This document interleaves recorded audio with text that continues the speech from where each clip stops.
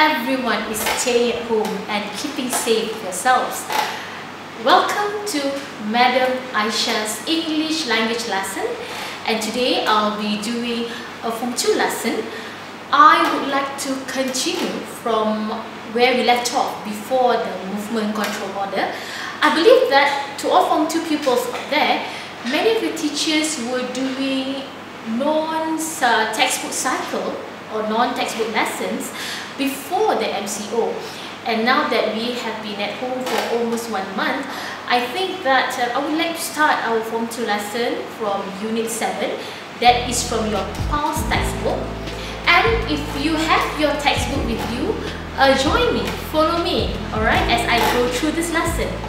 And if you do not have the textbook with you, don't worry, because I'll be showing you all the materials throughout this lesson. We are going to look at cool ways to get around. This is our title for today's lesson. Alright, by the end of this lesson, you will be able to review transport vocabulary by identifying and saying out loud the type of transport in 8 statements. And number 2, by the end of this lesson, you will be able to express yourself by writing a sentence using 5 different phrases. Alright, shall we start? So again, this is going to be a textbook-based lesson. We're going to continue from where we left off. We're going to Unit 7 now, which is journeys. And I have a question for you to start our lesson today. Alright, what is your favorite form of transport? Can you please tell me? Come on, shout it out to your screen. What is your favorite transport? Let me see. Could it be going around in cars, traveling in cars maybe? Or do you like traveling in buses? For me, I love going around in trains because trains are very fast, and I love the feeling of traveling in trains, going around in trains. So I do wonder, how do you like to go around? In our next screen, we will look at vocabulary related to different form of transport. And I would like to begin this lesson by going through these different words, and vocabulary. Hopefully that you'll be able to pick up some new vocabulary along the way. Shall we start? Please repeat after each word, okay? Bicycle, motorbike,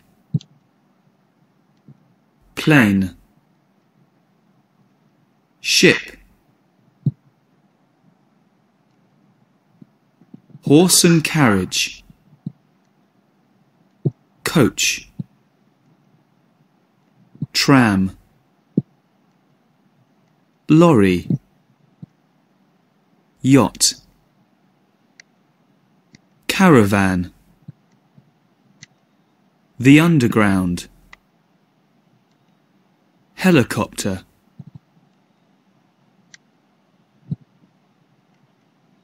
ferry, hot air balloon.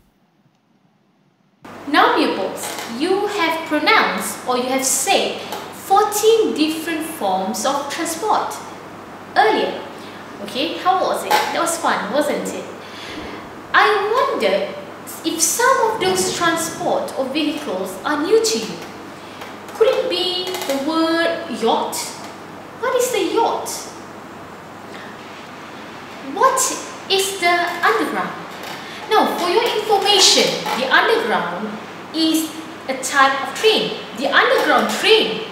For your information, the underground is actually the underground train, and it is also known as the tube, found in United Kingdom. Alright, so we have already looked at 14 different types of transport. You have said them. Let's go to the next activity. We are going to look at 7 cool ways to get around. In the next screen, what I want you to do is, as you watch, I want you to get ready with your papers, fill in the blanks as you listen to each speaker. There will be 7 different speakers, As they read the statement, I need you to fill in the blanks accordingly. And you can also read along if you wish. Let's try.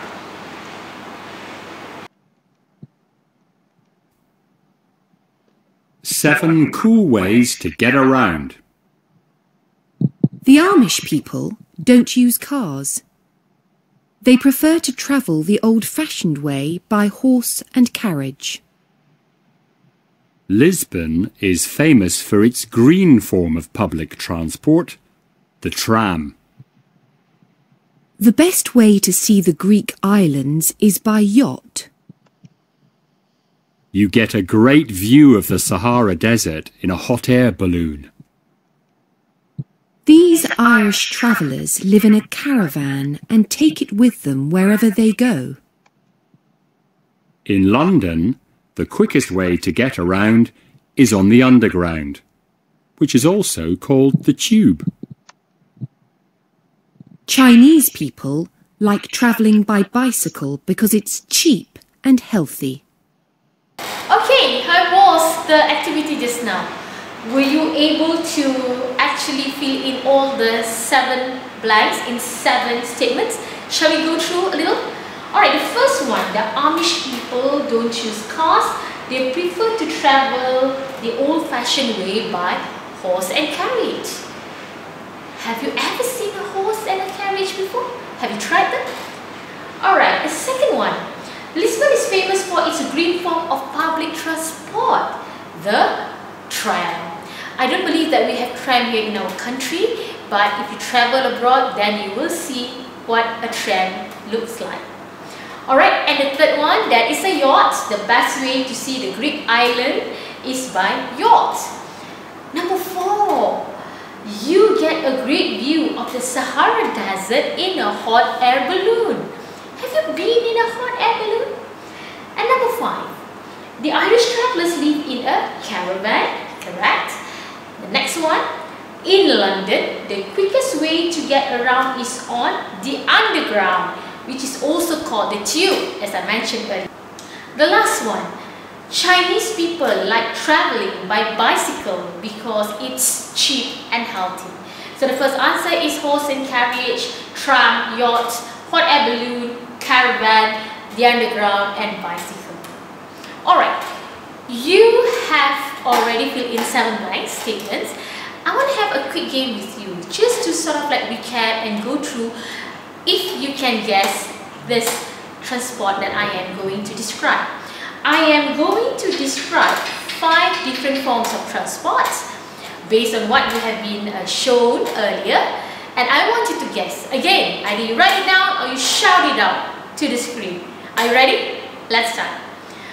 The first one. I carry large heavy things from one place to another. What am I? Yes! A lorry. Very good. I transport people by air in an emergency. What am I? Come on, you can do this. Exactly, a helicopter. Number 3, I'm a fast, noisy vehicle for 1 or 2 people. What am I? Alright, a motorbike. Good. Next, I carry people and cars on short journeys across the sea. Yes, what am I? Very good. It is a ferry. Congratulations. And the last one. I take large groups of passengers on long journeys by road. If you remember earlier, what am I? Exactly, a coach. Alright, just to make things clear, a coach is actually another name, as the British likes to call it a coach. But I think in our context, it is more familiar as we refer to a coach as express buses. Okay, so in our country, we use express buses or buses to go from one place to another, especially if it is a little bit of a distance. Alright, congratulations! Give yourself a pat on your back. Good work. Okay, now it is time or your turn to express yourself. We have looked at 14 different vocabulary for different forms of transport. You have filled in 7 statements. I have given you a guessing game just now of 5 different transports. Now I would like you to express yourself. What is going to happen is, I will give you 5 phrases. This comes from our past textbook. Yeah? If you have it with you, you can take a look, because our lesson is all based on our textbook. So for Form 2, you can take a look now. You are going to be given 5 different phrases. I want you to construct a sentence each. So let's take a look at the example given. Go to school. So the sentence I have come up for you, or I have sort of like written up for you as an example is, I go to school by bicycle as I love cycling early in the morning. Okay, so there are 4 other phrases. Go shopping, go to the beach. Oh, don't we miss the beach? Number 3, visit friends. I miss visiting friends. And number 4, go on holiday. So you can pause the screen for a little while as you write out your 4 sentences. Go ahead, let's try.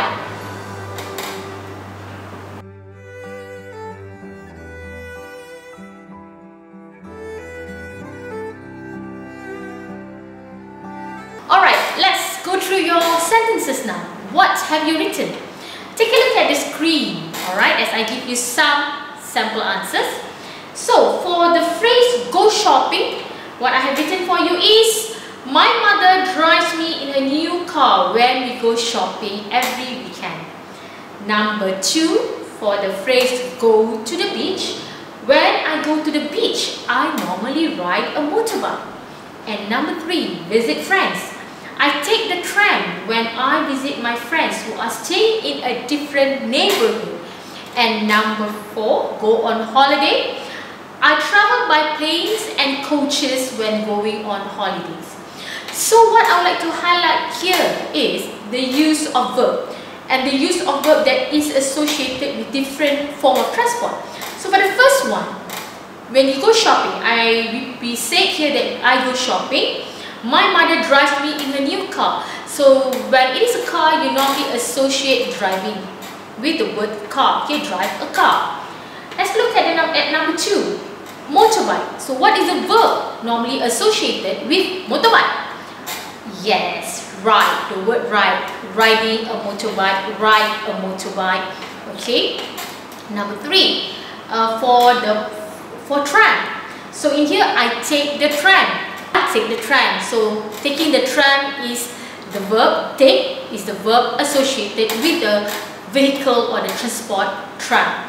And the last one is planes and coaches. So how do you say you go in the plane or coaches? So travel by. Alright, I travel by planes and coaches. Alright, that's good. I wonder how your sentences look like. Please show your teacher your sentences. You can snap the picture. You can snap the picture and post and send and ask your teacher, what does he or she think of your sentences? Please do that. And to my own pupils, please, 2S and 2M, send me all your sentences.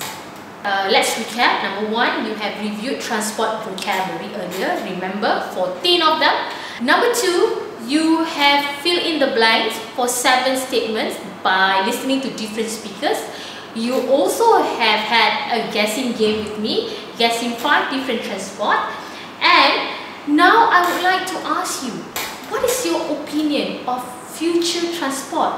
How do you think our cars, aeroplanes, lorries, motorbikes are going to look like in the future? So this is a task for you, as I know you have ample time in your hand.